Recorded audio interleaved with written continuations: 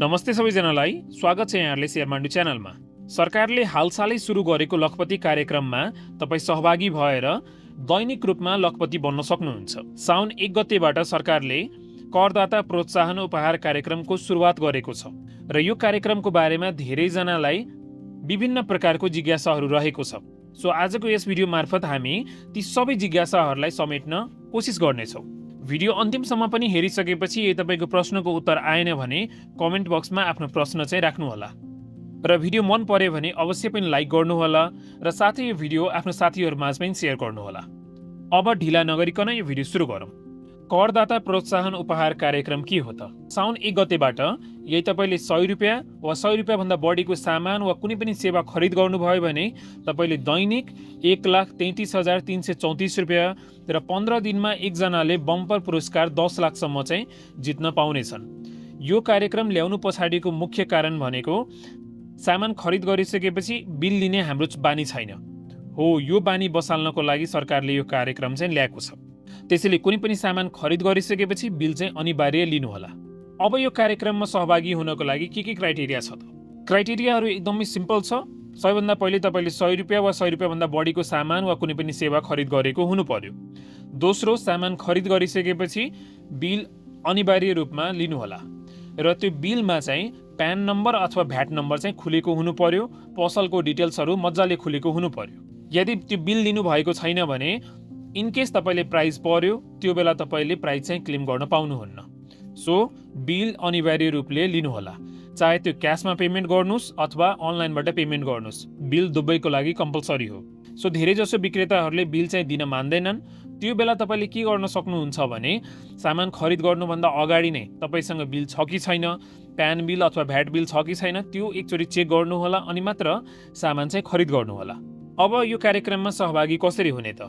सहभागी हुने एकदमै इजी स्टेप छ, केही पनि गाह्रो छैन। अब इनकेस तपाईँले क्यासमा पेमेन्ट गर्नुभएको छ भने बिल ल्याउनु होला र घरमा आइसकेपछि price.ird.gov.np मा गएर त्यहाँ बिल दर्ता चाहिँ गर्नुहोला। त्यो फ्रन्टमै तपाईँले हेर्न सक्नुहुन्छ यो बिलको भुक्तानी कसरी गरिएको हो। नगदमा गरिएको छ भने यहाँ सबै डिटेल्सहरू राखेर यो बिल चाहिँ अनिवार्य रूपले यसमा रेजिस्टर गर्नुहोला। यदि तपाईँले यसमा रेजिस्टर गर्नु भएन भने तपाईँ यो कार्यक्रममा सहभागी हुन सक्नुहुन्न। र यो क्यासमा पेमेन्ट गरेको बिल रेजिस्टर गरिसकेपछि एउटा कुपन नम्बर आउँछ। त्यो कुपन नम्बरको स्क्रिनसट गरेर राख्नुहोला र पछि जब प्राइज अनाउन्स हुन्छ त्यो बेला चाहिँ तपाईँलाई त्यो लटरी नम्बर चाहिँ मिलाउन सजिलो हुन्छ। अब इनकेस तपाईँले अनलाइनबाट पेमेन्ट गर्नुभएको छ, ई सेवा, खल्ती अथवा मोबाइल ब्याङ्किङबाट पेमेन्ट गर्नुभएको छ भने त्यो बेला तपाईँले म्यानुअली यसरी रेजिस्टर गर्नु परेन।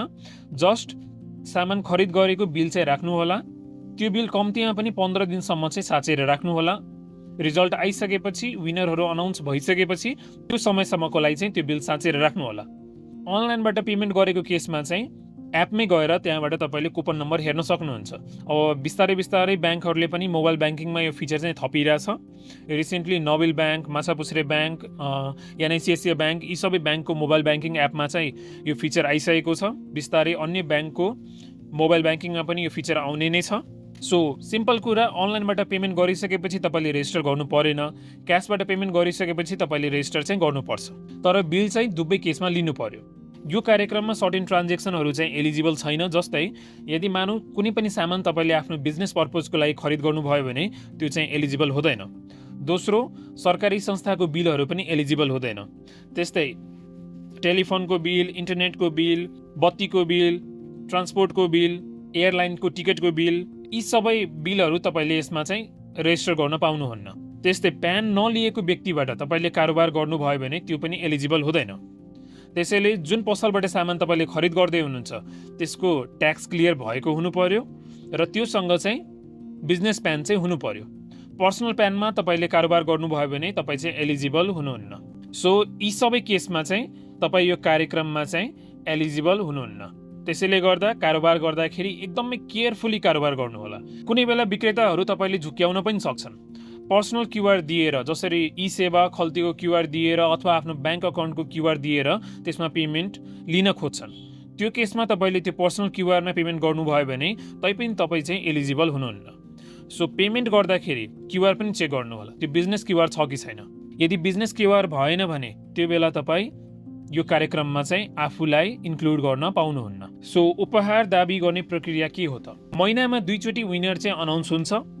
1 गतेदेखि 15 गतेसम्म भएको कारोबारको विनर चाहिँ 16 गते अनाउन्स हुन्छ भने 16 गतेदेखि 32 गतेसम्म भएको कारोबारको विनर चाहिँ अर्को महिनाको 1 गते अनाउन्स हुन्छ।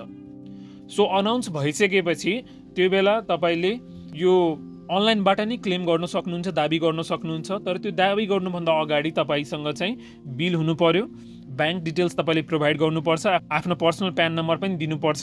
सो त्यही अनलाइनबाट नै तपाईँले प्राइज चाहिँ क्लेम गर्न पाउनुहुन्छ, तर बिल चाहिँ अनिवार्य रूपले लिनुहोला।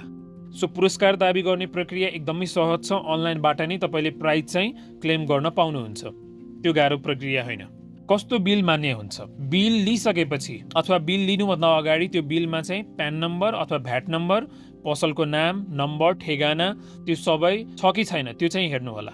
यदि कुनै पनि कृतीय बिल तपाईँले लिनुभएको छ भने त्यो चाहिँ इन्क्लुड हुँदैन, तपाईँको पुरस्कार चाहिँ रद्द हुन सक्छ। र बिल काट्दाखेरि सर्टेन डिटेल्सहरू त्यो बिलमा चाहिँ इन्क्लुड गराउनु होला, जस्तै आफ्नो नाम, आफ्नो मोबाइल नम्बर, तपाईँले के सामान खरिद गर्नुभएको छ, कति बराबरको सामान छ, केबाट पेमेन्ट गर्नुभयो, यी सबै कुराहरू बिलमा चाहिँ इन्क्लुड गराउनु होला। नत्र पछि तपाईँलाई प्राइज क्लेम गर्न चाहिँ गाह्रो हुन्छ, जुन कि एकदमै गाह्रो छ। इभन बिल माग्न गाह्रो छ भने यी सबै कुराहरू त्यो बिलमा मेन्सन गराउन चाहिँ एकदमै गाह्रो छ। अब त्यस्तो केसमा तपाईँले हेलो सरकार अथवा उपभोक्तामा कम्प्लेन गर्न सक्नुहुन्छ। अनि अर्को कुरा भनेको यो उपहारमा चाहिँ कुनै पनि कर लाग्छै लाग्दैन? कर लाग्छ। यदि तपाईँले यस्तो खालको लटरी अथवा कुनै पनि उपहार जित्नुभयो भने त्यसमा चाहिँ 25% कर चाहिँ लाग्छ।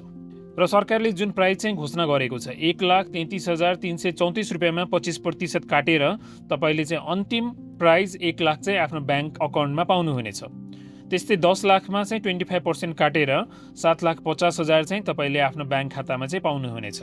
सरकारले ल्याएको यो कार्यक्रम चाहिँ एकदमै राम्रो हो, किनभने जुन हामीहरूमा अहिले बिल लिने बानी छैन त्यो बानी चाहिँ बस्नेछ। र साथै यदि व्यापारीहरूले समयमा कर तिरिरहेका छैनन् भने उनीहरू अवश्य पनि कर तिर्नेछन्, आफ्नो व्यवसायहरू समयमै रिन्यू गर्नेछन्। अब इन केस कुनै पनि पसलले बिल दिन मानेन भने त्यो बेला त्यस्तो पसलबाट चाहिँ सक्दो कारोबार नै नगर्नुहोस्। हो, यस्तोमा सानो व्यापारीहरू सुरुमा त मार्कामा पर्नेछन्, तर बिलहरू दिन थालेपछि एउटा नियमनमा पनि आउनेछन्। अब त्यस्तो केसमा बरु तपाईँले जहाँ चाहिँ अटोमेटिक बिलहरू आइरहेछ, अलरेडी बिलमा चाहिँ प्यान नम्बर अथवा भ्याट नम्बर आइरहेछ भने त्यहाँबाट सुरुमा तपाईँले खरिद बिक्री गर्न सक्नुहुन्छ।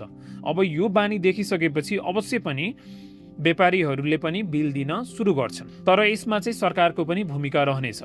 सरकारले पनि अनुगमन गरेर कुन पसलमा प्यान छ कि छैन अथवा उनीहरूले कर तिरेको छ कि छैन, कुन विक्रेताहरूले चाहिँ बिल दिन मान्दैनन्, त्यो पनि एउटा स्याम्पलिङ बेसिसमा एउटा अनुगमन गरेको भए राम्रो हुन्थ्यो। सो आई होप यो भिडियो हेरिसकेपछि तपाईँको मनमा भएको सबै जिज्ञासाहरू यहाँ कभर अप भएको होला। यदि तैपनि कुनै पनि जिज्ञासा कभर अप भएको छैन भने कमेन्ट बक्समा मजाले आफ्नो प्रश्न चाहिँ राख्नुहोला।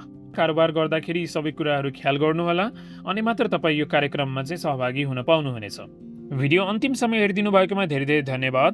तपाईँले भिडियो कस्तो लाग्यो आफ्नो प्रतिक्रिया अवश्य पनि कमेन्ट बक्समा लेख्नुहोला। साथै कुनै नयाँ टपिकमा भिडियो हेर्न चाहनुहुन्छ भने टपिकको नाम पनि लेख्नुहोला। हाम्रो च्यानलमा नयाँ हुनुहुन्छ भने कृपया हाम्रो च्यानललाई सब्स्क्राइब गरिदिनुहोला र छेउमा रहेको बेल आइकन क्लिक गर्नुहोला।